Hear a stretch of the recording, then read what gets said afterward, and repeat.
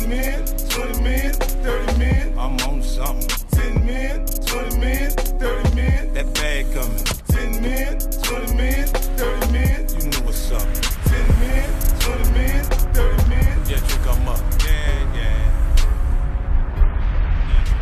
What's good? It's DJ Thorough, aka Thorozano, the bridge to the streets. Right now, you're watching the hottest in the streets right here on thisis50.com.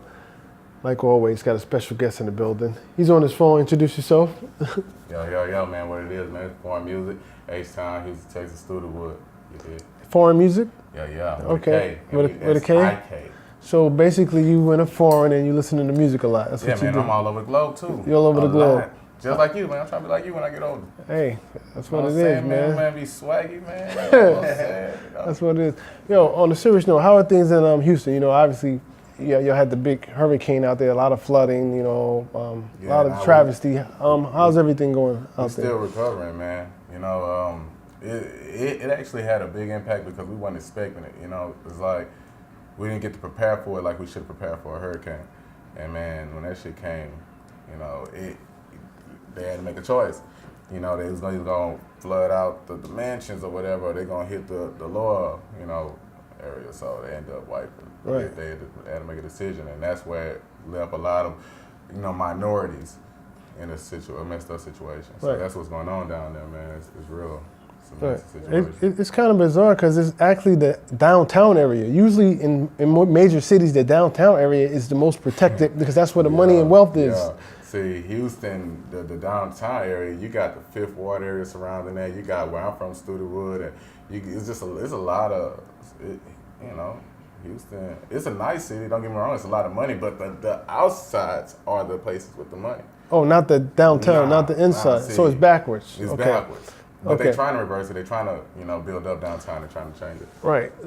Does Houston have a long list of flooding? Because I remember because Paul Wall has a song called "Swinging in the Rain," and that's one of my favorite records. And he actually did this obviously before this hurricane, but I'm thinking he did that because there's always flooding, and he's like synonymous with what's going on. Like, is there a history of like flood? Paul gonna swing everywhere. He gonna swing in the snow. No, but he was in the rain though. No, man. It rained down south, but Paul gonna swing anyway. He basically saying, I'm gonna swing whenever, man. Right. I'm gonna swing wherever. Now, I guess my question was, depending on when it rains, does it just always flood there in general? Yeah, is that a problem? There's a lot of concrete now. We building up. Houston is like, you know, people look at it when I tell them I'm from Houston, they be like, man, you from the country? I'm like, man, my motherfucking city probably bigger than yours. Right. It's like, I'm from a big city. You know, Houston is probably one of the big, we bigger than Dallas? Yeah, we bigger than Dallas for sure. So what are you here today promoting? What's going on? Let's talk music. Well, yeah, man. So I just released the album, you know, March 2017, called 40 Days, 40 Nights. Okay. I actually premiered it on my mixtapes. And the first week I did 100,000 downloads. Okay. So, yeah. So that was pretty dope, man, and that's actually my first project I put out. But I've been doing a lot of things beforehand. Right. But so I released a single off there called "Get This Money," my first single, and it actually got picked up by Revolt TV.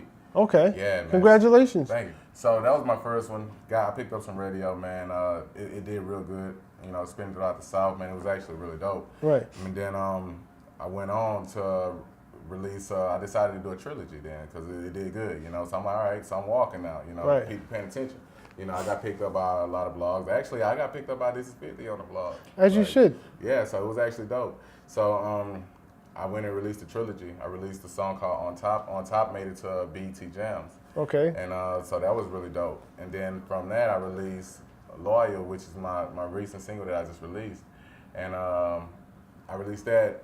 It premiered on World Star actually, and so it's doing really good. And yeah, man. So that project is fucking now, crazy. Are there any videos from the songs you just named that they can refer to and check out? Yeah, man. All of them. It's a trilogy. You know, it's actually a story about my life. Okay. So when you're watching it, it was really dope, man. It actually On Top, it actually meant a lot to me because I shot it in the same house I grew up in, you know, and I grew up in that house, man, with no heat, no AC, you know, all that shit, you know what I'm saying? And then to look outside and see a $500,000 worth of cars parked in that fucking driveway, it was fucking crazy to me to know that I was walking down those streets looking for pennies and quarters, and then I'm riding back down the street, hanging out the side of a fucking Ferrari, throwing money out the window, you know what I'm saying? It's just, it actually hit me in a different kind of way, you know, and you know, pretty much the only person that did believe me is gone. it was the lady that raised me in that house, which is my grandmother. And, Okay. You know, well, she one of the few people that believe me. So yeah. But it's Right. So you're independent. Yeah, I'm fully independent. You're fully independent. I got my own label, 25 Nation. Right. Alexis in a V. Actually, I got a, it's me, business partner, 25. And yeah, man, we're fully independent. We had a couple of offers on the table. Right. A couple of labels, but. Right. Houston is, I would say, one of the pioneers of being independent, because I keep bringing this guy up because he's actually one of my favorite artists, Paul Wall. I was watching an interview with him where he said he's after the big boom Houston had that run, that 07, that 08 run when it was Mike Jones, Paul Wall, Slim Thug. There was a big boom of artists coming out of Houston around that era, like what was that, 05, 06, 07, 08? Yeah.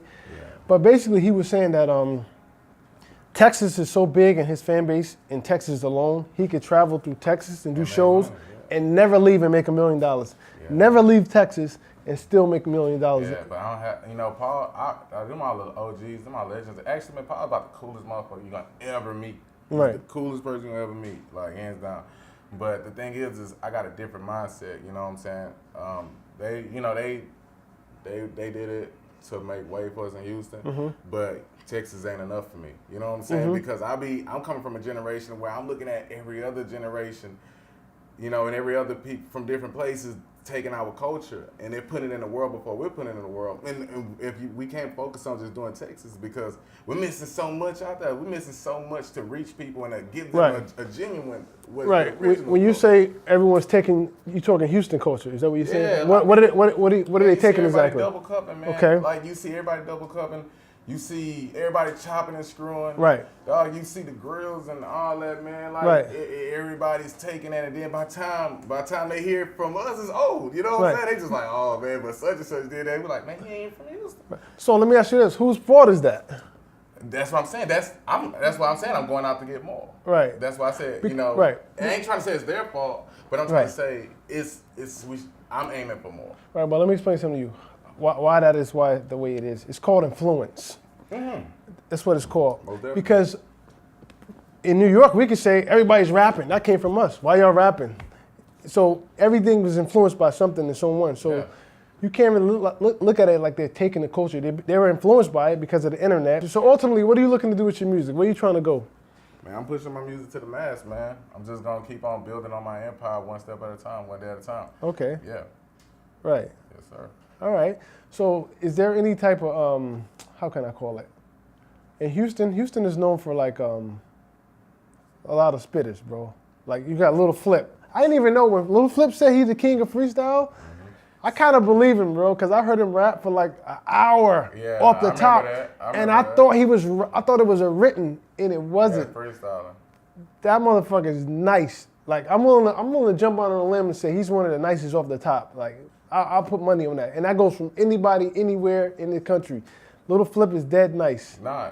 Dead nice. He got talent. Like he got super talent. You gotta understand, it ain't y'all, New York have the spitters.